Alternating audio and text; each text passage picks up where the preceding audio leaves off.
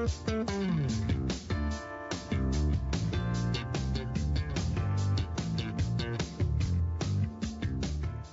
ли, че според едно изследване романтиците обичат бомбони с ягодов пълнеж? Решителните предпочитат пияни вишни, срамежливите ореховият пълнеж, а творческите натури кокосовият вкус. В тази фабрика обаче правят едни бомбони, които ще се харесат на всички.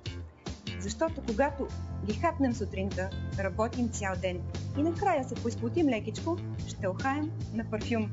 Нека разберем повече за тази иновация. Господин Пейчев, как се роди тази революционна идея, може да наречем, за парфюмиращи бомбонки? Тази революционна идея се роди, както всяко ново нещо, знаете, че новите неща са добре забравени стари. Същността на тези ароматизиращи продукти, това е, че в състава си имат натурални съставки, етерични масла, които не се усвояват от организма и при запотяване най-лесният начин да излезат през потните жлези. Няма такъв ефект, както дезодорантите, но поне гарантира, че при консумация на 2-3 бомбона тялото ви няма да мирише на пот. 2-3 бомбончета сутрин, например, така ли?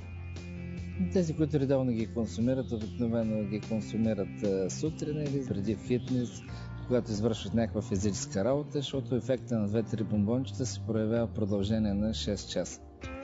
Нека уточним, има ли някакви вредни съставки в бомбоните? Не, това са натурални етерични масла, произведени в България, ни розовото масло. В момента разработваме един нов продукт с натурално етерично масло на лавандула. Лавандулата разработихме, защото някои мъже не се обидиха, че сме разработили ароматизиращи бомбони с розово масло и те са били предпочитани от младите жени. Така че спокойно могат да си ядат шкембе чорба и няма да ухаят нечестен. Някои наши клиенти са много доволни, особено в източните държави. Консумирайки 2-3 бомбона, вече спокойно си ходят на плажа и не ги налитат някои вредни насекоми. А те предпазват и от насекоми, освен всичко друго, така ли?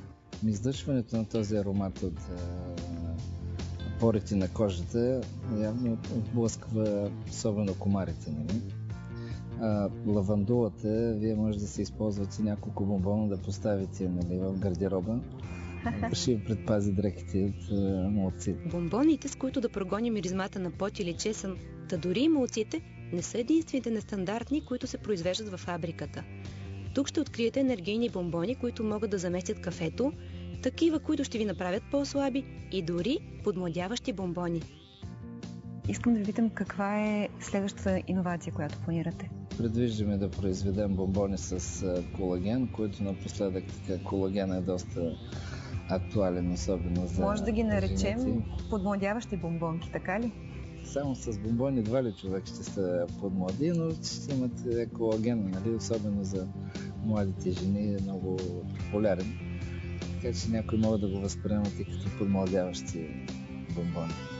В тази фабрика не само създават иновации, но и печелят награди за тях. Последната съвсем наскоро, на най-голямото хранително изложение в света, СИАО 2014 в Париж. Българският щанд е посетен лично от френски министър на земеделието. На този висок форум българският продукт взима награда за техническа иновация. За тези нутрикозметични бомбончета с екстракт от лавандула и роза, които след като се измучат, оставят аромата си по кожата, като същински дезодорант. Щастлив съм, че отново един наш продукт е отличен за иновативен продукт за 2014 година и намери достойно място в салона за иновации в най-голямото хранително изложение в света СИАО Париж, Франция.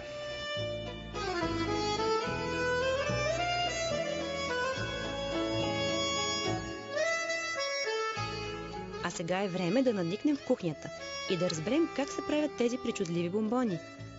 Нашата камера е първата, която проследи процеса от начало до край, а тайната на сладкото изкуство ни разкри главният технолог Станимир Стратев. Бомбоните се приготвят с минимално човешко участие. Основните съставки влизат в компютър, който разпределя нужните количества според рецептата.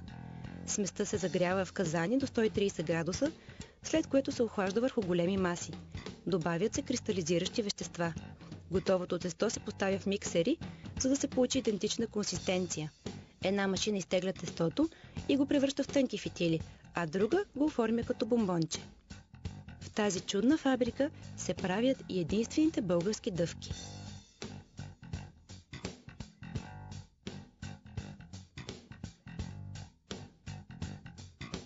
Да, България в момента е единственият производител на дъвка, който произвежда дъвка от началото до края. Сме ние, да. Тя е чудесна за правене на балончета. Стават такива големи балони. И освен всичко, тя е много образователна, защото вътре има картинки от 100 национални туристически обекта.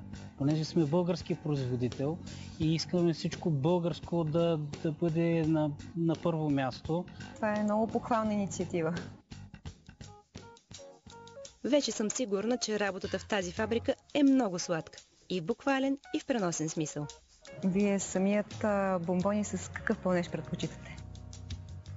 Аз предпочитам меките ни бомбони с пълнеж роза, защото напомнят ми на моето детство, на вкуса на лукумите, на всичко такова свежо.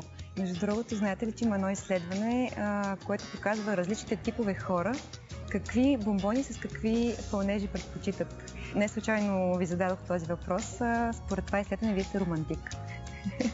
Не знам дали познавам. За да работиш в фабрика като тази, която постоянно прави нещо ново, нещо различно и нещо българско, трябва да си малко романтичен, а и за да останеш в България, също трябва да си непоправим романтик. Да, трябва да си много силен, не непоправим романтик.